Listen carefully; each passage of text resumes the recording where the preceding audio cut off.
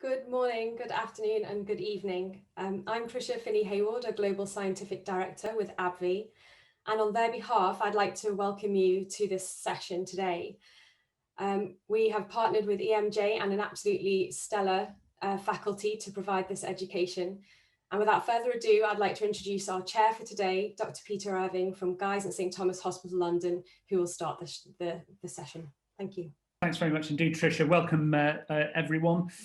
Welcome from a slightly more wintry London, but we do have a global faculty today. Truly, I'm delighted to be joined by Vipul Jairath from Canada and Filip Baert from Belgium for this evening's webinar about therapeutic drug monitoring and treating to target, and what that partnership is, be it a perfect partnership or an imperfect one.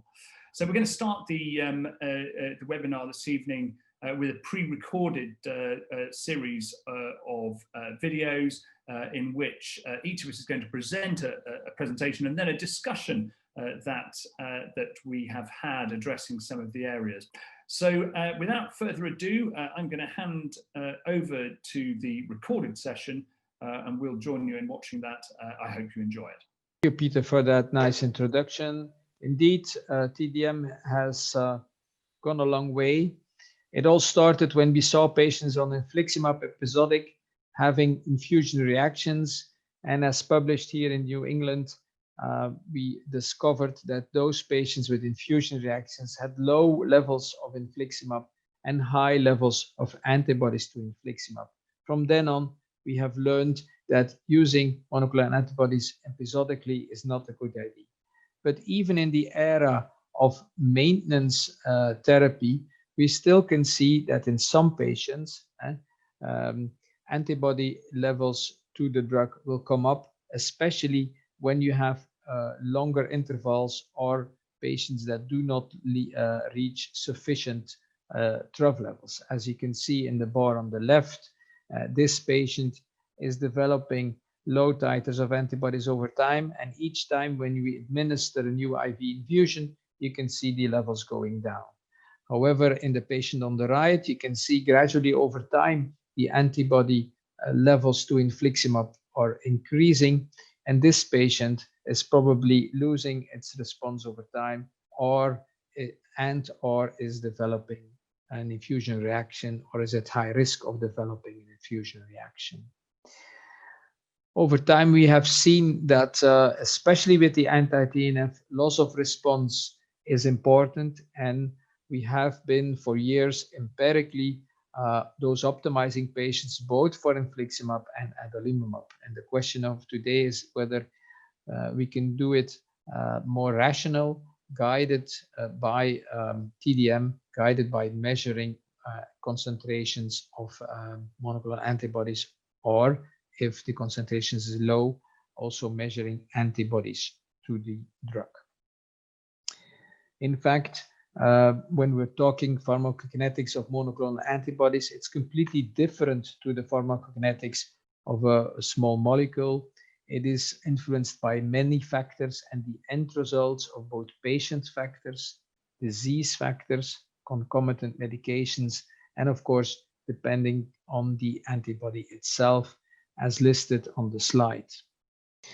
So, as I illustrated earlier, for infliximab, it's well known from the SONIC study and other studies that concomitant immunomodulator therapy increases the effect of infliximab, and you can see depicted on the left graph where loss of response over time is much more important in patients without concomitant immunomodulator.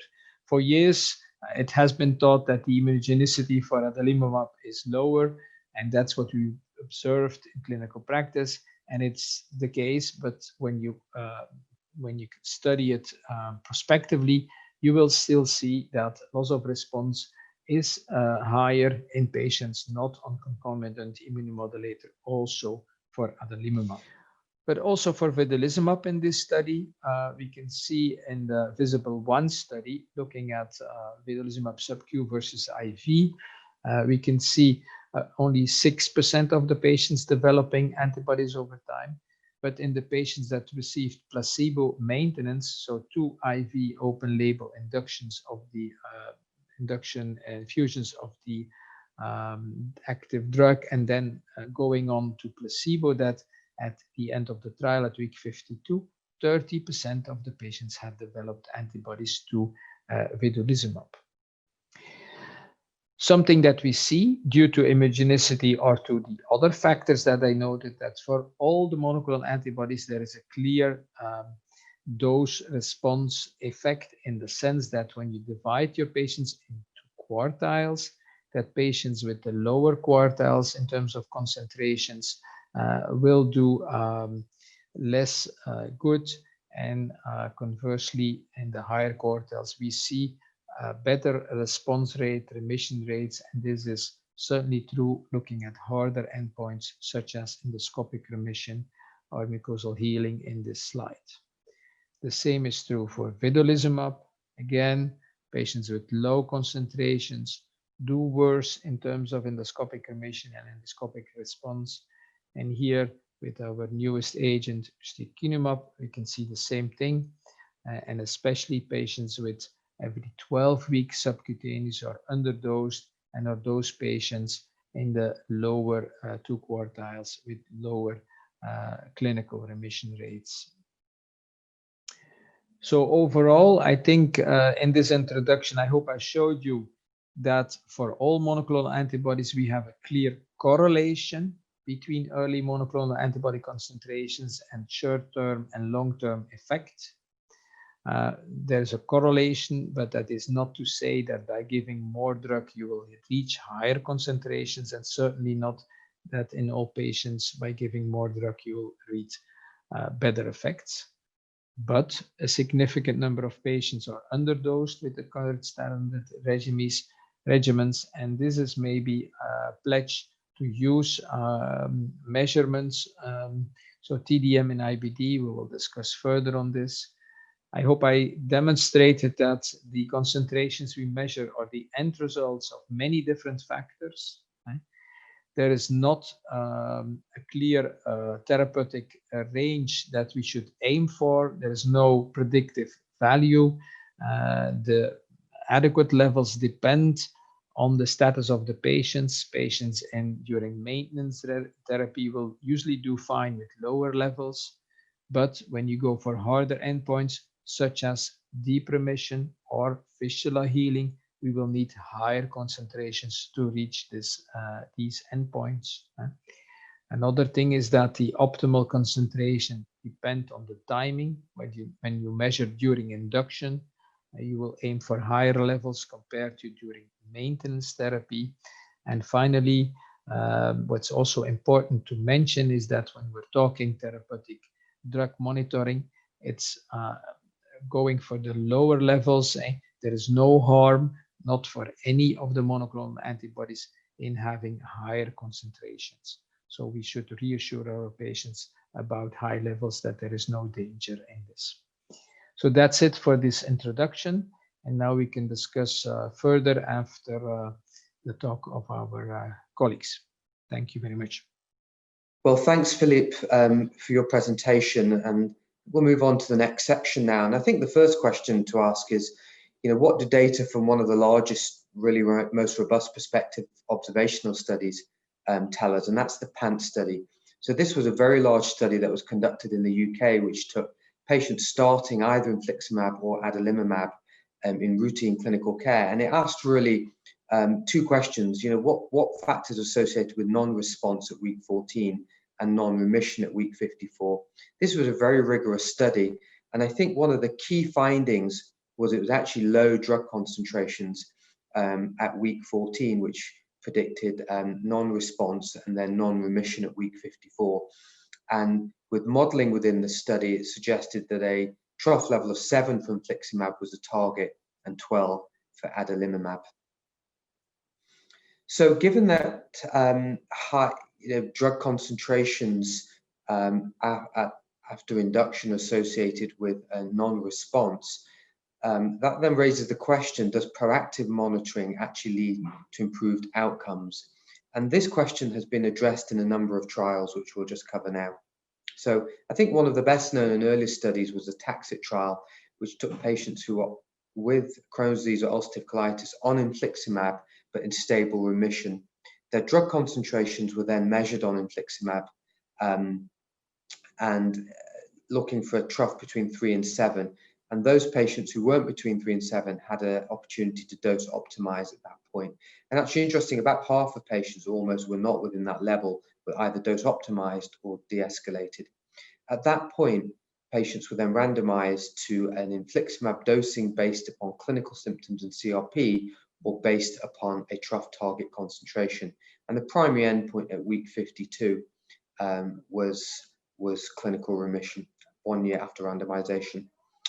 And what we saw here was that the rates of clinical remission was the same, whether they were based upon clinical dosing on the left or concentration-based dosing on the right. Interesting, 17% of clinically based dosing versus 7% of concentration-based dosing needed rescue therapy by the end of maintenance. So this was really the first study looking at individual-based dosing in IBD patients in maintenance on infliximab. It showed an association really between targeting concentrations between a certain level, because if you optimize those patients, a higher proportion were in remission before, after than before, and targeting levels below 7 also allowed safe de-escalation. However, for the primary endpoint, there was no additional benefit of concentration-based dosing based over clinically based dosing. TAILORx was a more recent trial that was published, and it looked at patients who were bio-naive, went on combination therapy with infliximab and an immunomodulator. Then at week 14, they were randomized into 3 different treatment strategies. One was dose intensification upon clinical relapse and or low trough concentration by going up by 2.5 milligram increments of infliximab. The second arm was really the same as the first arm, but going up by 5 milligram increments. And the third arm was really based just upon symptom-based escalation upon CDAI, with the primary endpoint being sustained steroid-free clinical remission. And really, to cut to the primary endpoint here, that you really see no difference between the 3 treatment strategies, with no significant difference in terms of steroid-free remission. So infliximab dose increase based upon symptoms and trough serum concentrations was not superior to just based upon symptoms alone. And in terms of dose increments between 2.5 and 5, again, no difference whether you went to 2.5 or 5 off the bat. I think one of the comments on both of these trials is that patients were already optimized in the TAXIT trial, and in TAILORx it was after week 14. So it's possible that the window of opportunity of dose optimization had passed to see a treatment difference between these strategies. So then the question becomes, what is the evidence for using prospective TDM in ulcerative colitis? And I think this is a really important study. The Serene UC study was a very large study, which was just read out in the maintenance phase recently. And just by recap, this took moderate to severely active patients with ulcerative colitis by standard criteria. And they were randomized in the induction phase to standard induction therapy, and then 40 milligrams every other week, or very high dose induction therapy, and then 40 milligrams every other week. And just to remind people, this 160 milligram high dose induction is off-label use. It was purely done for the purposes of the trial. At week 8, patients were then re-randomized in a 2:2:1 ratio to adalimumab 40 milligrams every week, or then a TDM-based arm, which I'll talk about in the next slide. And the primary endpoint was remission in the week 8 responders. So on this slide, you can see the dosing regimen for the TDM arm of this trial. So there were 3 opportunities at week 12, 24, and 37 to dose adjust here. So for patients who were already on 40 milligrams every other week, if they met the criteria, they went to weekly dosing. And then if they met the criteria again for escalation, they were given a 160 milligram booster dose and then maintained on 40 milligrams weekly thereafter. You can see in the table that the dose adjustment was based on a combination of rectal bleeding subscore as well as serum drug concentrations. So it was a combination of both drug concentrations and bleeding, which led to dose escalation. So here are the results, and I think on the top left, what's interesting here is if you look at the 40 milligram weekly based dosing, the trough concentration here, the drug concentration here was really quite tight between 15 and 18, and you can see it's flat from really week 10 all the way out to week 52. The bottom curve is the every other week based dosing, and you can see that the trough concentrations here really plateau between 5 and 10. And then in the TDM based arm, you see that the trough concentrations rise up after week 24 to almost the levels of the weekly based dosing. One of the key findings is that the vast majority of patients in the TDM based arm, almost 80%, actually ended up on weekly dosing. The primary endpoint here is on the right, at week 52, clinical remission in week 8 responders. And you see that the primary analysis was the weekly versus every other week dosing.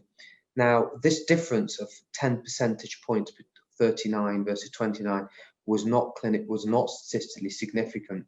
And in comparison to the TDM-based arm, again, as a reference arm, 36.5 versus 39.5 in the weekly dosing arm. Now, it's not statistically significant, but I think it's hard to exclude an important difference here, because 10 percentage points for me is important when you're treating patients, particularly for treatments where we may only have 10% over delta over placebo. I think really in terms of the safety side of this, there's nothing really to say other than no new safety signals for this class of drug. And if you use high dosing regimen here, weekly dosing, there was no increased signal of infection compared to weekly based dosing. So in summary, from Serene, clinical remission was seen in 37% in proactive TDM and 40% of weekly based adalimumab. And the vast majority of patients in TDM actually ended up on weekly dosing. And really, there's no additional efficacy benefit seen in dosing according to serum level versus empirical weekly dosing after induction. So, final study, what about children? So we now have some data around proactive TDM in children with Crohn's disease. This was the PALO study, which was published last year in Gastroenterology from colleagues in Israel. And this took patients who were bio-naive, who were given standard dose induction of adalimumab, and the responders at week 4 were randomized into a proactive arm or a reactive arm. Now, in the proactive arm, they purely based dosing upon trough level concentrations. So they ignored symptoms of biomarkers, so really just looked at trough concentration. So really a real TDM based dosing. And in the reactive arm, they looked at symptoms, CRP, and biomarkers. And if they were elevated, the clinician was then given the trough concentrations and then only escalated if there was loss of response according to that algorithm. So here are the readout here that the primary endpoint was sustained steroid-free remission. And we saw, even though the numbers are small, an 82% steroid-free remission in the proactive arm versus 48% in the reactive arm. So that's kind of a 32%, 34% treatment difference. So really almost a number needed to treat of 3 through proactive versus reactive to see 1 extra child in steroid-free remission. So quite a large treatment effect seen. So really, in summary, proactive TDM in children with Crohn's disease was superior to reactive, and it led to higher steroid-free remission rates. Overall, there was no difference on survival on adalimumab during the study, severe exacerbation, sustained CRP, or adverse events. So really, in conclusion, when we try and make sense of all of these data, early drug serum concentrations can predict longer-term outcomes. We've seen strong association data there. And I think there's still conflicting data of whether we should be using proactive TDM based upon drug serum levels or not from the randomized clinical trial evidence. So bearing all that in mind, it begs the question, does proactive TDM actually make difference if it's used as part of a treat to target regimen in combination with biomarkers and symptoms? And Peter's going to tell us more about that. So now we move on to my talk about therapeutic drug monitoring treating to target and whether they're perfect partners. In order to answer this, I think we need to ask ourselves 3 questions. Firstly, do we believe in therapeutic drug monitoring? Secondly, do we believe in treating to target? And thirdly, are they perfect partners? Well, I hope Filip and Vip have answered the question about whether we believe in therapeutic drug monitoring or not. So I'll leave that for the moment and I'll move straight on to whether we believe in treating to target. Treating to target is something that has come into favour over the last few years, really starting in Crohn's disease to start with, and moving into the area of ulcerative colitis more recently. So what is the target we should be aiming for? Well, the International Organization of IBD in the STRIDE program has tried to answer this question and has suggested that clinical symptoms along with mucosal healing are targets that we ought to be aiming for. There's increasing evidence that mucosal healing is important, both in Crohn's disease and ulcerative colitis.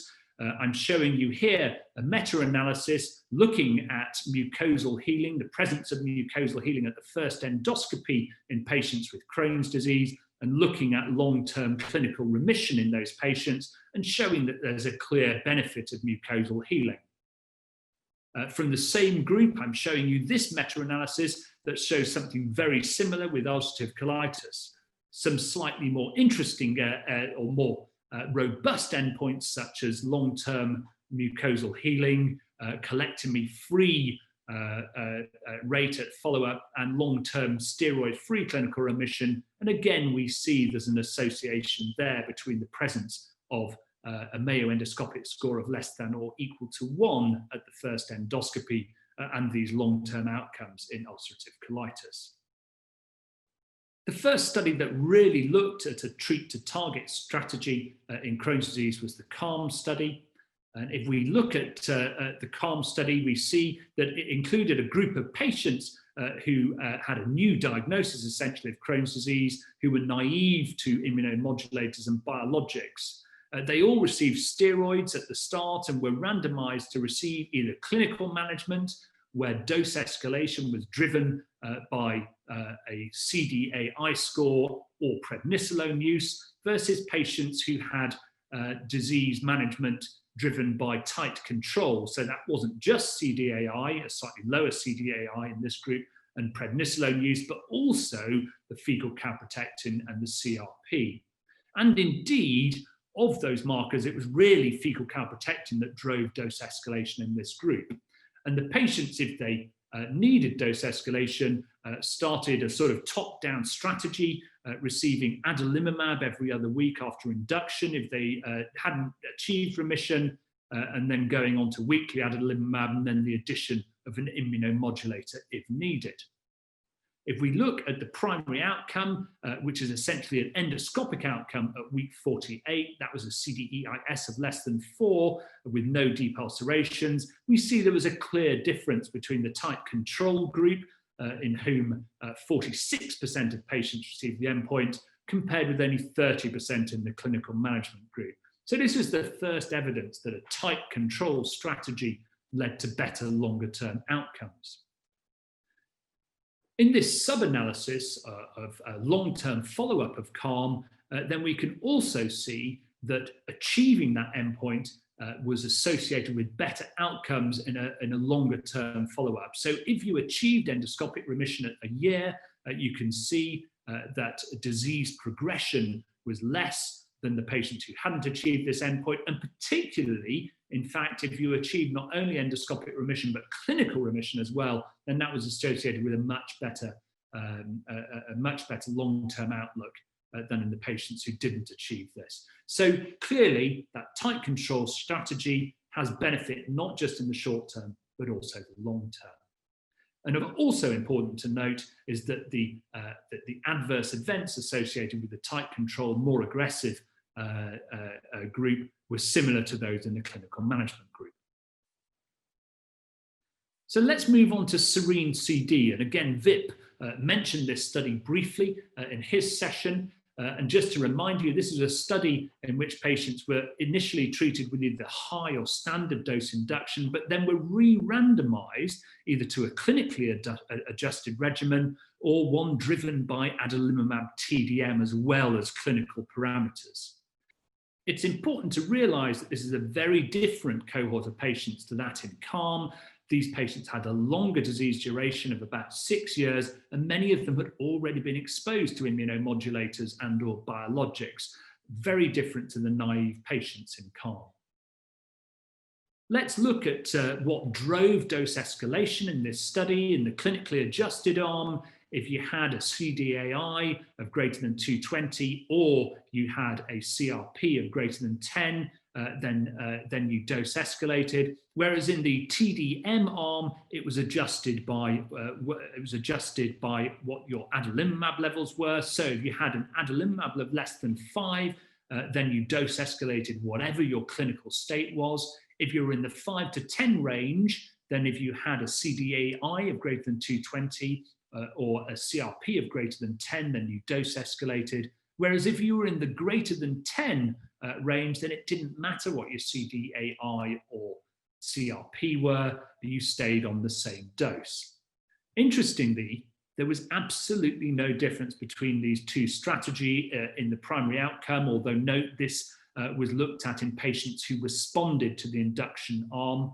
If you also concentrate down on those patients who did particularly well during induction, so either they were in clinical remission at week 12 or they had endoscopic response at week 12, again, we didn't see any difference in those outcomes either. Although importantly, that was also true for the adverse events as well. So no difference in the safety profile between these two arms. What can we learn from CALM and Serene? Well, of course, they were different studies set up to answer different questions in very different groups of patients. But they tell us that a tight disease management approach leads to both short and long-term better outcomes. But dosage adjustment based purely on adalimumab concentration doesn't necessarily seem to improve that outcome. What we can do, though, is go back and look at the Tayloric study that, again, Vip talked about earlier, and we can look at this sub-analysis in which the investigators tried to understand what the role of fecal calprotectin might be in patients in the maintenance arm. And what we can see here is in that those patients who had a high fecal calprotectin, perhaps TDM added something there. So if your calpro was high and your drug levels were low, then there was a suggestion that in fact this is where increasing doses based on low levels was useful, whereas if you had therapeutic levels, perhaps it wasn't so useful. And indeed, if your calprotectin wasn't raised, then perhaps TDM didn't add much. So to summarize, I think we have to remember, of course, that there isn't a specific target drug concentration we should be going for. We have to take each patient's situation into account. Secondly, I think we need to remember that perhaps we shouldn't be basing dosing purely on drug levels. We really need to be taking into account the clinical situation of the patient. And thirdly, and importantly, we need to think how biomarkers are important, not just in clinical management, think how CALM showed us how important that can be, but also that we ought to be taking TDM into account based on biomarkers as well. So to answer the question, are TDM and treating to target perfect partners? I think the answer is they're not perfect partners, maybe just good friends for the moment. So I'll finish there and we'll move on to the knowledge exchange part of the webinar.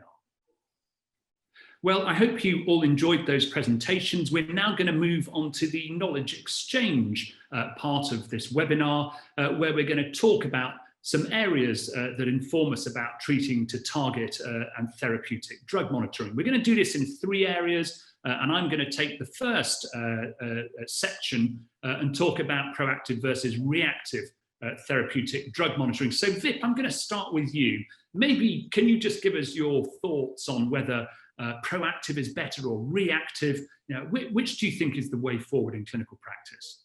Great, thanks, Peter. And I think that's the age-old question of should we be doing proactive versus reactive TDM. I mean, I think if you think about the presentations that we've just had, and Philippe showed that there are a number of observational studies showing associations between higher drug levels and better outcomes.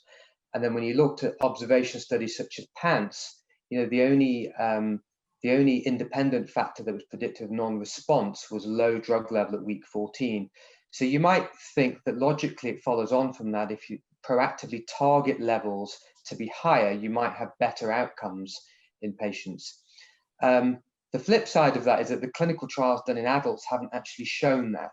So they haven't shown that a proactive approach to TDM results in better clinical outcomes, if you like, than using a reactive approach or even standard clinical guidelines. So we saw both in TAXIT and TAILORx, granted that the optimization was done after patients were stable or after induction, they didn't show that outcomes were better in terms of a clinical sense. But what they did show was that there was greater dose flexibility in terms of the way we manage patients. And so I'm going to ask Philip to expand on that in a minute and actually talk a little bit more about another area. But before I do that, Vip, I'm going to put you on the spot. That's all very well. What do you actually do? Good question. So in my own practice, I would say my own practice is more of a reactive approach to TDM. So, you know, the typical thing is a patient walks in the door, you speak to them, you ask them about the symptoms. If you think the symptoms aren't quite right, you check some biomarkers. The CRP is instantly available. Calprotectins are increasingly available, particularly through home kit testing and so on. And in that situation, if there's a partial response or a loss of response downstream, I'll check a drug level.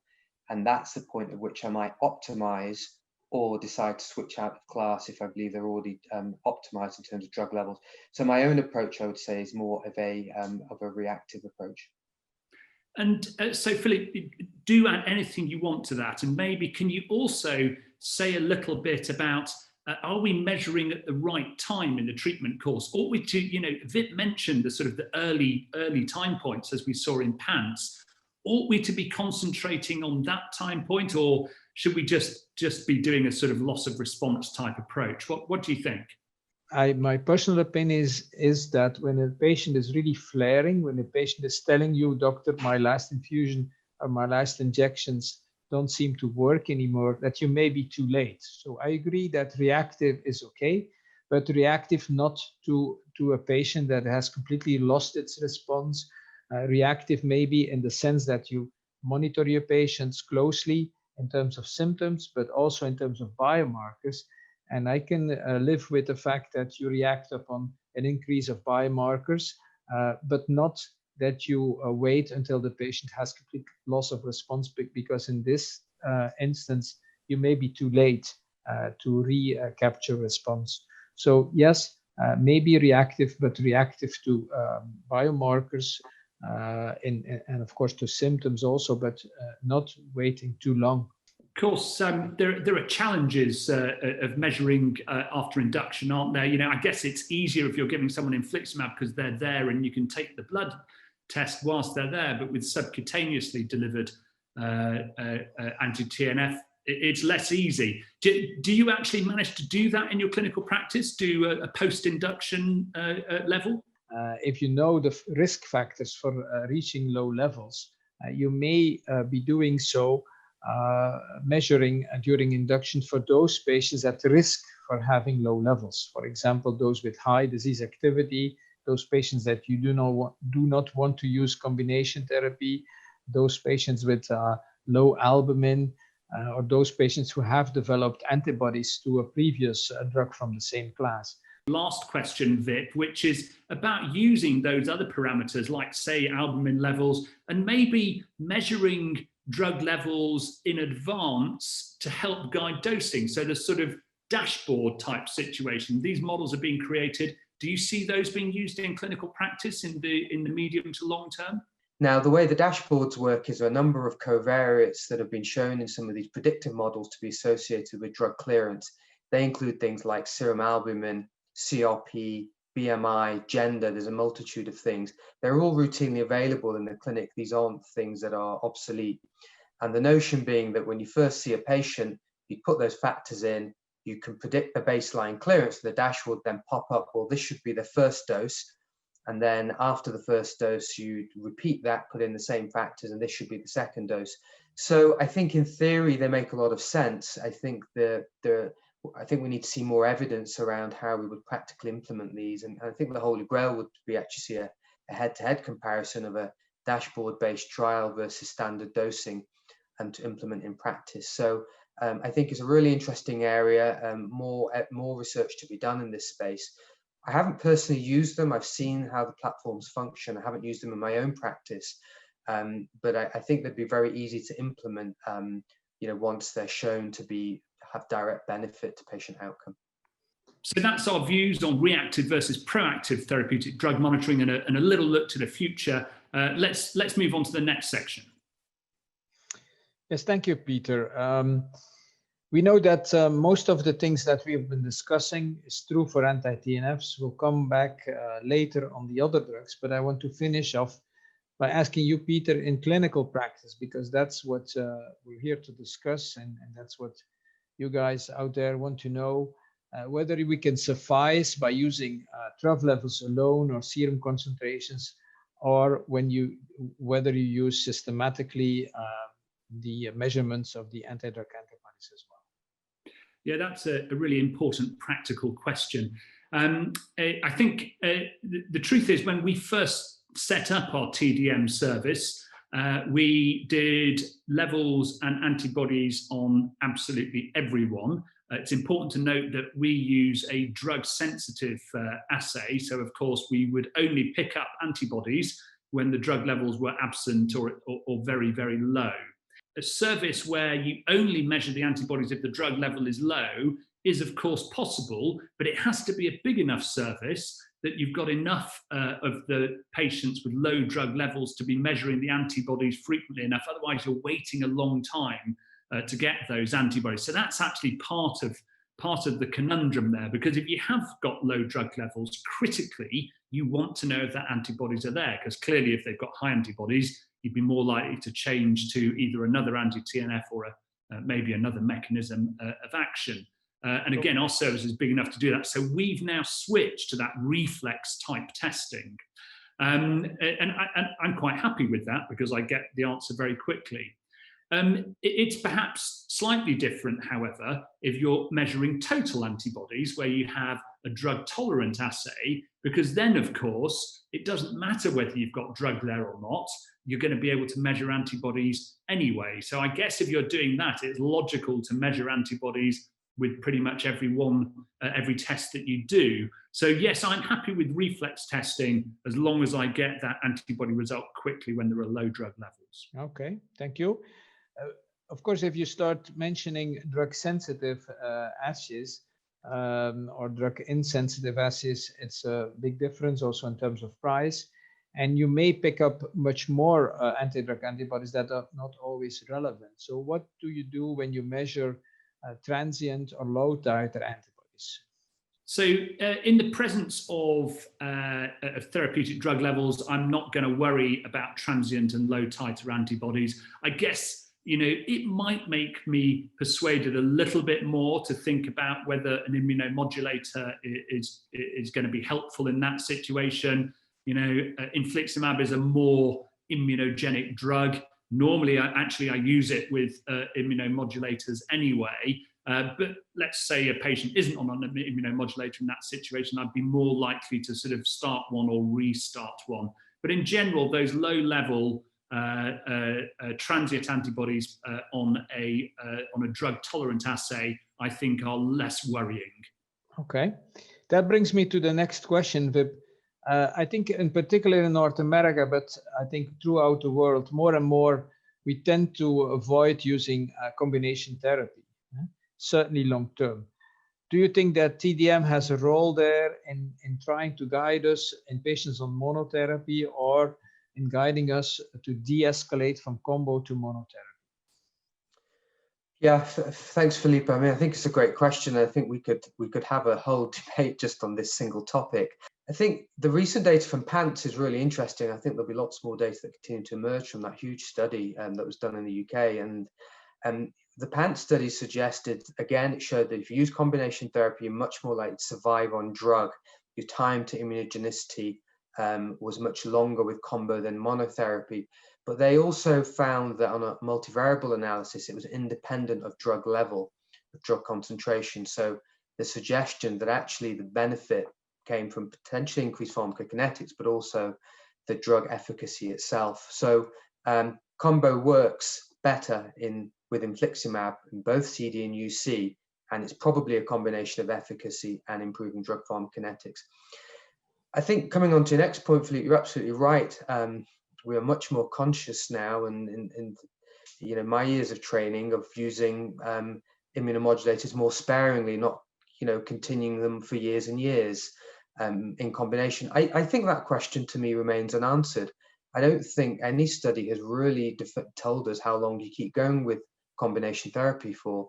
And the thing to point out is the clinical trials run for 12 months. We don't really know beyond that whether there's benefit of continuing combo therapy. I think on a practical sense, what do I do in terms of de-escalating? I often see patients I've inherited, who have been on combo therapy for years and years, and they've been in remission. So I think before I stop with the immunomodulator, is the patient in clinical remission, yes or no? Are they biochemically in remission? And you use the CRP, you use the FCAL. I like to endoscope those patients and have something objective. And I think if all of those things show that the patient's doing well, and then the drug level is adequate in terms of their TNF blocker, then I think that's absolutely the golden window to stop your immunomodulator. So I think that's how I use drug levels to stop immunomodulator. But I still think there's more research to be done in this area of how long do you keep the immunomodulator going for. Okay. Well, we all know that expert level is the lowest level of evidence. Huh? What do actually the guidelines say about TDM, Peter? Can you guide us through the guidelines? Yeah, I mean, the guidelines are interesting, aren't they? Of course, guidelines tend to be based on evidence, as you've just suggested. And as we've heard so far today, the evidence for therapeutic drug monitoring is not the highest level evidence that we have, which is in contrast to how much it's used.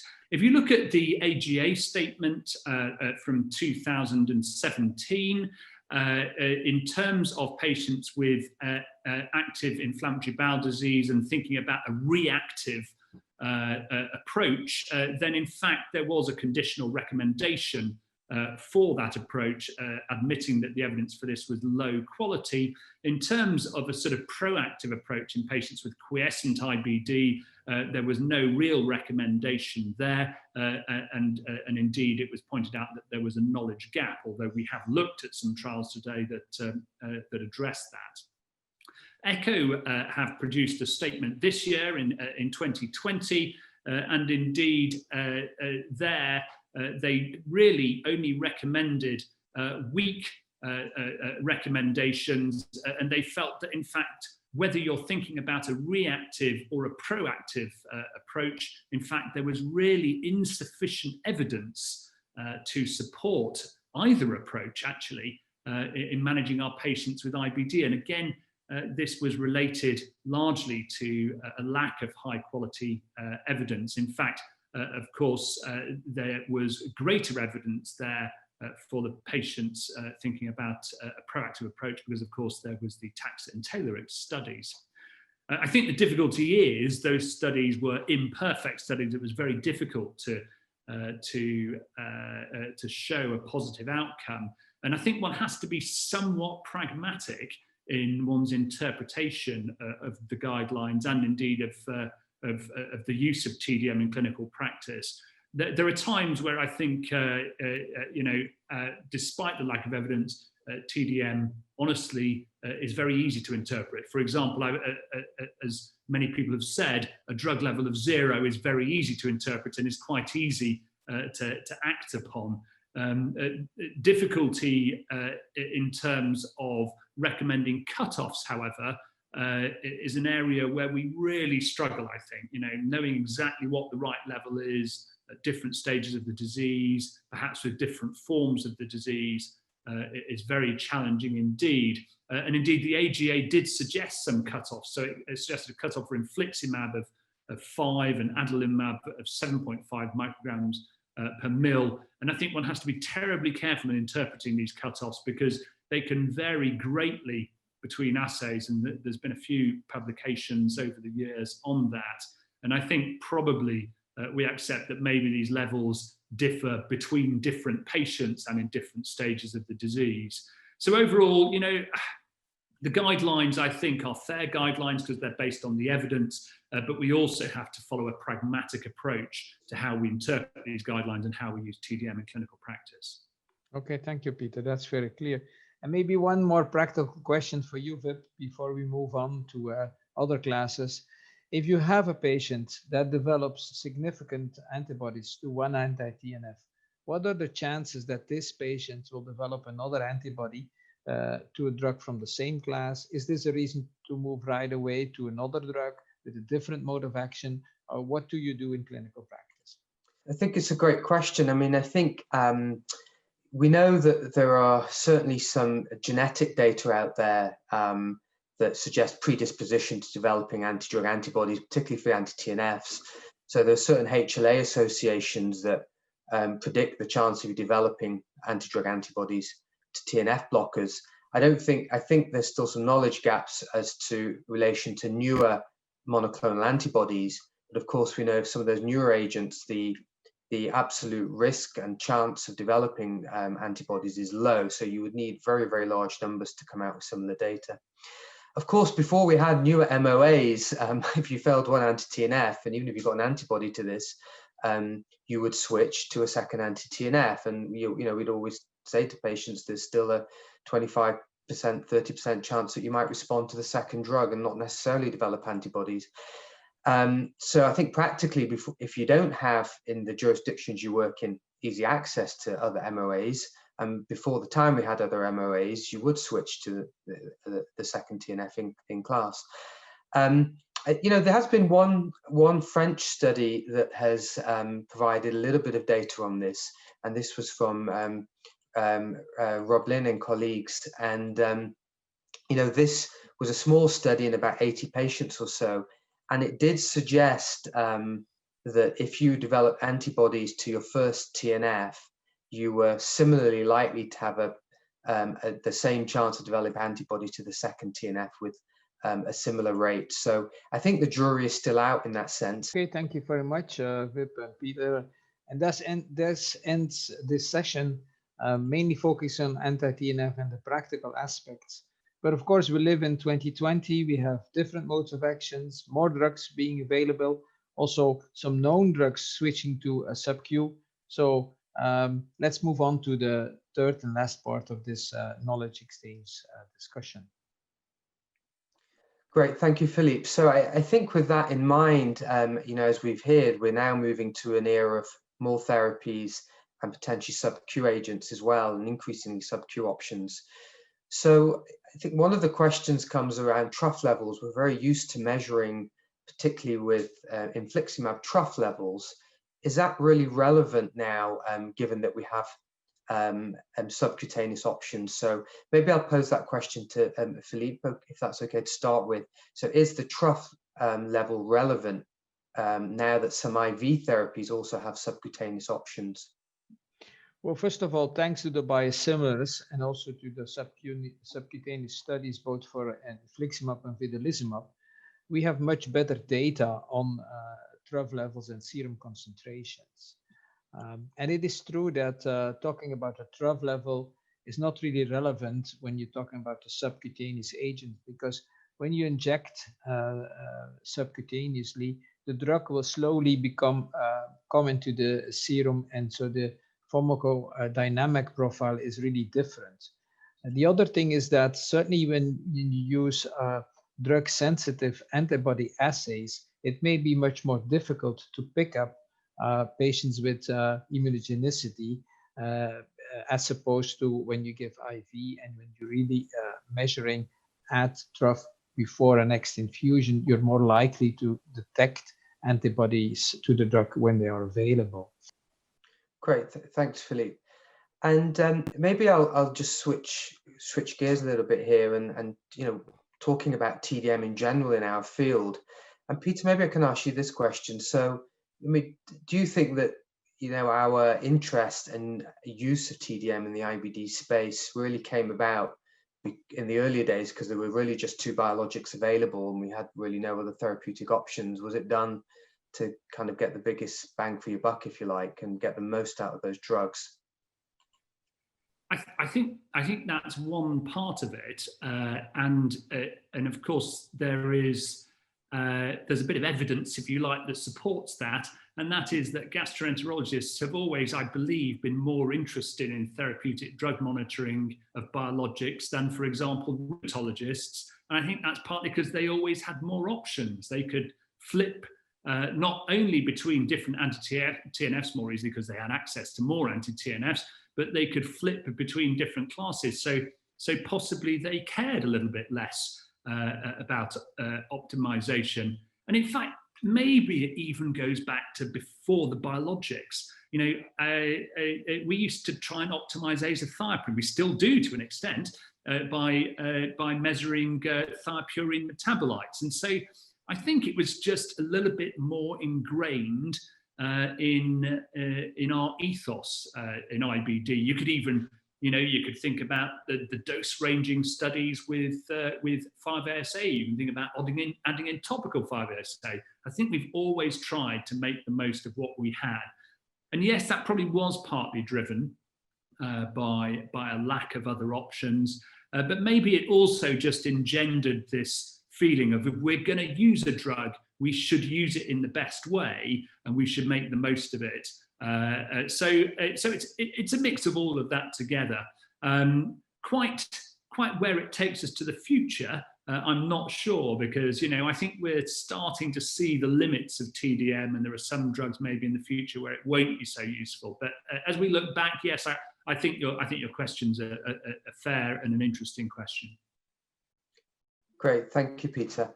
And Philippe, maybe I should take the next question. So we've talked a lot about anti-TNFs, and we of course have newer MOAs now. We have more drug options and more coming down the pipeline.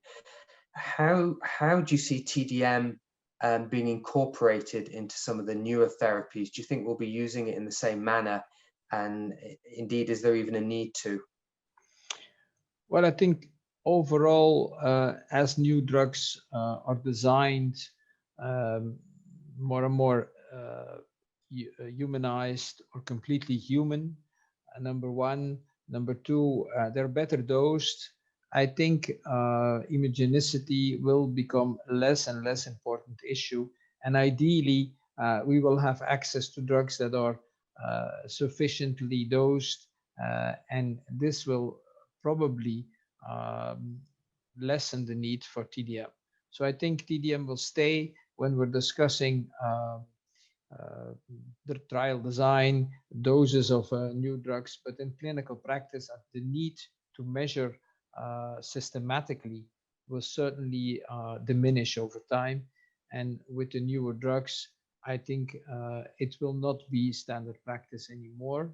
This is not to say that with the anti-TNFs are still the mainstay of our treatments, and because they become cheaper, I think I would still advocate using TDM for the anti-TNFs first before we switch to newer drugs, because both for price reasons, but also in terms of saving options for the future, I don't think it's a wise thing to switch to the newer drugs by saying, okay, it's easier to use. We don't have these need for combination therapy. We don't have to dose anymore. Let's go for the newer drugs right away. So this is not to say that we should start anti-TNFs in all patients first line, but yes, I think TDM, the value of TDM will be important to understand some mechanisms of actions, but will not be standard practice anymore with the newer agents. That would be my prediction. As far as the small molecules, this is a completely different story. Gastroenterologists will need to get acquainted again, I think, with more simple pharmacokinetics, the usual pharmacokinetics that we have learned at school, and looking again at interactions between drugs, taking into account renal function, taking into account, I would say, the classic factors that determine serum concentrations. Again, when we're using small molecules. Great, thank you very much, Filip. So I think that nicely covers the final part of the exchange questions, and we've really covered in this section how the approach to TDM will change with different therapies that come, particularly through subcutaneous options.